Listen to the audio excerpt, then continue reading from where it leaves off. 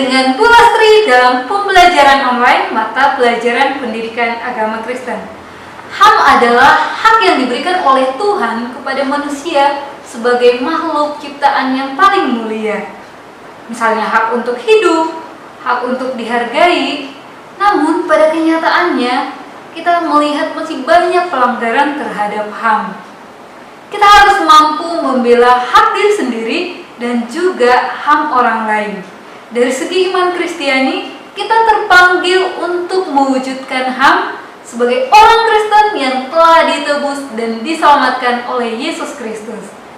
Hari ini kita akan belajar dari bab yang pertama, hak asasi manusia di Indonesia. Bab yang pertama, hak asasi manusia di Indonesia. Hak asasi manusia di Indonesia.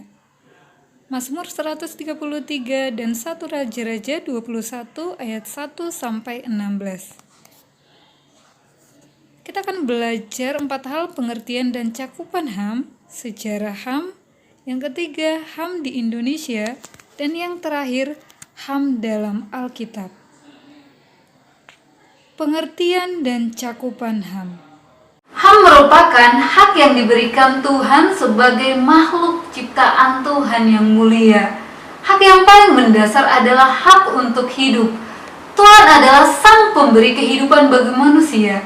Jadi hanya Tuhan yang berhak untuk mencabut kehidupan dari manusia itu sendiri. Tetapi pada kenyataannya masih banyak orang yang tidak menyadari haknya yang tidak dapat dilanggar atau diambil oleh orang lain, bahkan oleh negara. Cakupan HAM. Ada 3 cakupan hak-hak asasi manusia. Yang pertama, hak sebagai warga negara. Kemudian yang kedua, hak-hak secara politik. Dan yang ketiga, hak-hak secara ekonomi dan sosial.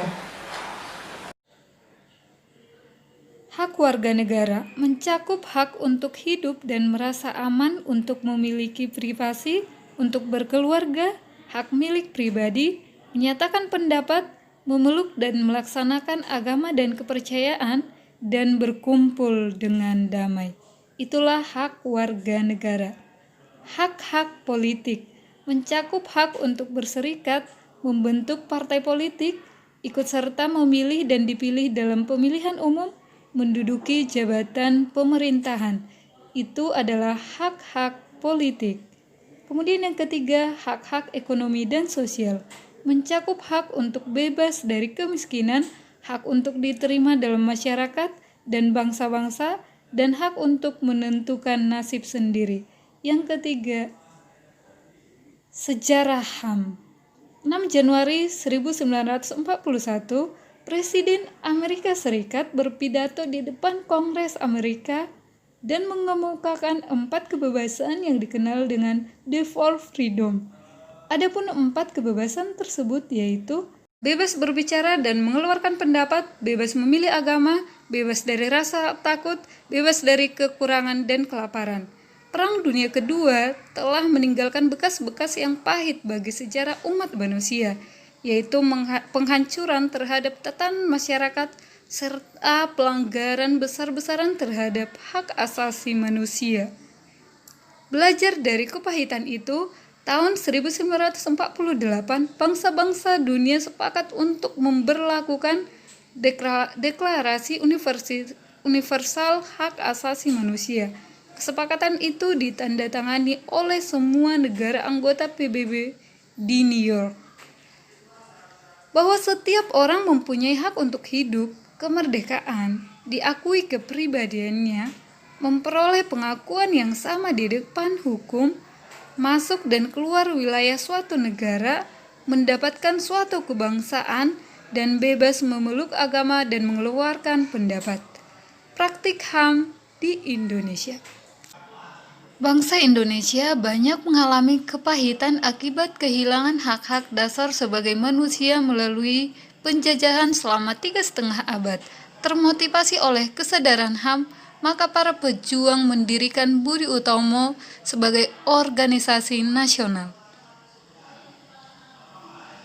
Perkembangan perjuangan akan pemenuhan HAM di dunia turut mempengaruhi para pejuang Indonesia untuk memperjuangkan hak mendasarnya sebagai manusia, yaitu kebebasan atau kemerdekaan. Mazmur 133 berbicara tentang persaudaraan yang rukun, solidaritas yang tinggi terhadap orang lain dengan menghargai serta menghormati hak serta kewajiban pribadi maupun sesama. Hal ini digambarkan dengan bersikap proaktif memberikan kenyamanan serta kebahagiaan kepada orang lain. Persaudaraan yang rukun digambarkan juga seperti minyak yang harum dan embun yang turun dari Gunung Hermon. Ungkapan ini menggambarkan persekutuan yang membahagiakan. Raja 21 mengisahkan tentang Nabot, seorang Yezreel. Dia memiliki kebun anggur di dekat istana Raja Ahab. Ketika Raja Ahab melihat kebun anggur tersebut, dia menginginkannya. Dia meminta kepada Nabot supaya menjual kebun anggur tersebut, tetapi Nabot menolak permintaan Raja Ahab karena kebun anggur itu merupakan warisan leluhurnya. Ketika istri Raja Ahab mengetahui hal tersebut, dia menjadi marah sehingga dia membayar orang untuk bersaksi dusta. Hal itu membuat Nabot dijatuhi hukuman mati. Setelah Nabot dijatuhi hukuman mati, Raja Ahab mengambil kebun anggur Nabot. Tetapi tidak lama kemudian mereka diperhadapkan dengan pengadilan yang abadi yang dari Tuhan. Mereka, Raja Ahab dan Isabel, mati dengan sangat mengenaskan. Tuhan tidak menyetujui penguasa yang menggunakan kekuasaannya untuk merampas hak milik orang lain, bahkan melakukan kekerasan dengan mengambil nyawa orang tersebut. Tugas: tuliskan contoh pelanggaran HAM yang pernah kalian lihat. Manusia adalah ciptaan Tuhan yang paling berharga. Marilah kita lebih menghargai, lebih mengasihi diri kita sendiri, bahkan menghargai hak-hak asasi kita. Dan bukan hanya diri kita sendiri, tetapi mari kita lebih menghargai hak-hak orang lain juga sebagai makhluk Tuhan yang paling mulia. Sampai di sini pembelajaran kita hari ini. Sampai ketemu dalam pembelajaran online selanjutnya. Shalom.